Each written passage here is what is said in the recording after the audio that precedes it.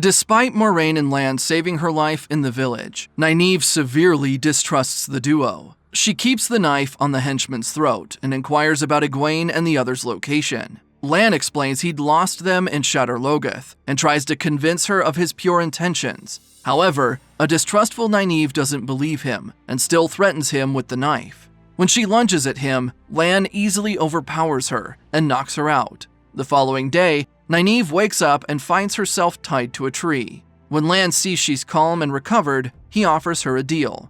The guard promises to help find her friends if she, in turn, heals Moiraine. Having no viable means of finding her fellow townsfolk, Nynaeve gives in and accepts the offer. She gathers medicinal plants around the forest and applies a concoction on Moraine's injury. After hours of waiting for the medicine to take effect, Moiraine barely gets any better. Nynaeve is shocked by this and declares she doesn't have the knowledge to treat the mage's severe injuries. Elsewhere, Perrin and Egwene scour the wilderness and are chased by a pack of wolves through the woods. They eventually reach the road and find some carriage tracks headed eastward.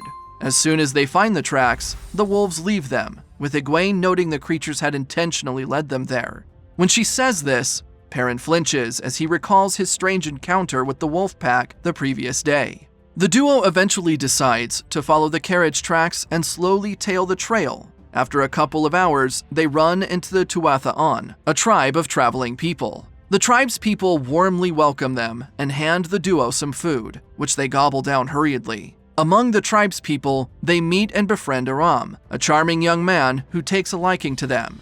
Meanwhile, hundreds of miles away, Rand and Mat finally reach the shores and scout the area for Perrin and Egwene. After hours of searching, they ditch their efforts to find them and continue their journey east toward the White Tower. On their way there, they arrive at a nearby town, but are appalled at the first sight they see. In the town's outskirts, they spot an executed corpse trapped in a cage and riddled with arrows. Mat notices a gem in the corpse's clothes, but ignores it as they contemplate their next move. Both men have an eerie feeling about the town, but eventually ignore it and enter anyway, as it is their only hope of finding shelter. They head to an inn and order some food from Dana, the innkeeper, while a singer, Tom, performs in the background. After his performance, Tom approaches the two men and steals Mat's wallet. When Mat notices this, he tries to fight Tom, but Rand stops him as the townsfolk watch them with threatening eyes. With Mat's wallet gone, the duo's strained finances only worsen.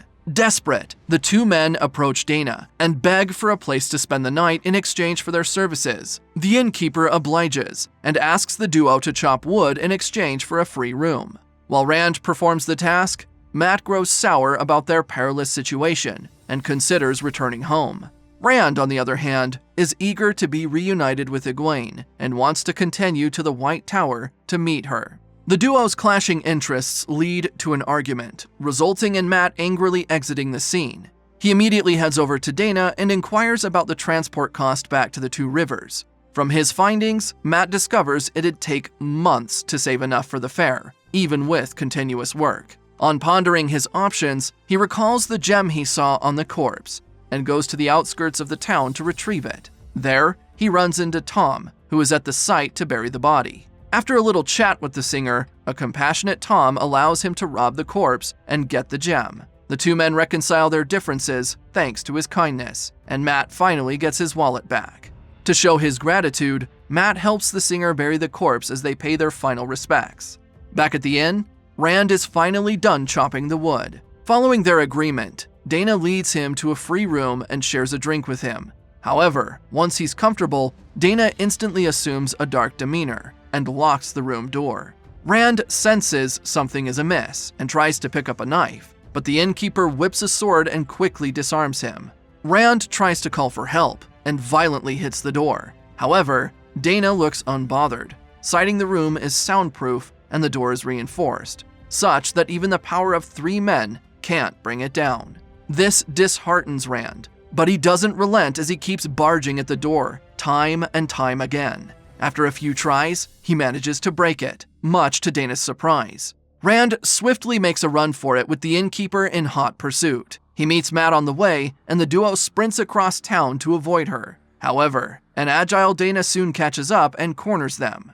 Right then, She reveals she's a servant of the Dark, sworn to deliver the Dragon Reborn to the Dark One. However, before she can attack, a knife comes flying from behind and pierces her throat. Shocked, the men look toward the knife's direction and see Tom emerging. He warns the duo that the dark forces are approaching, and with that, the three men flee the scene while Dana bleeds to death. Back in the woods, Lan, Nynaeve, and a sick Moiraine mount their horses and search the area for an Aes Sedai mage to heal her wounds. They locate a nearby Aes Sedai camp and are met by Liandrin, a mage who delivers some shocking news.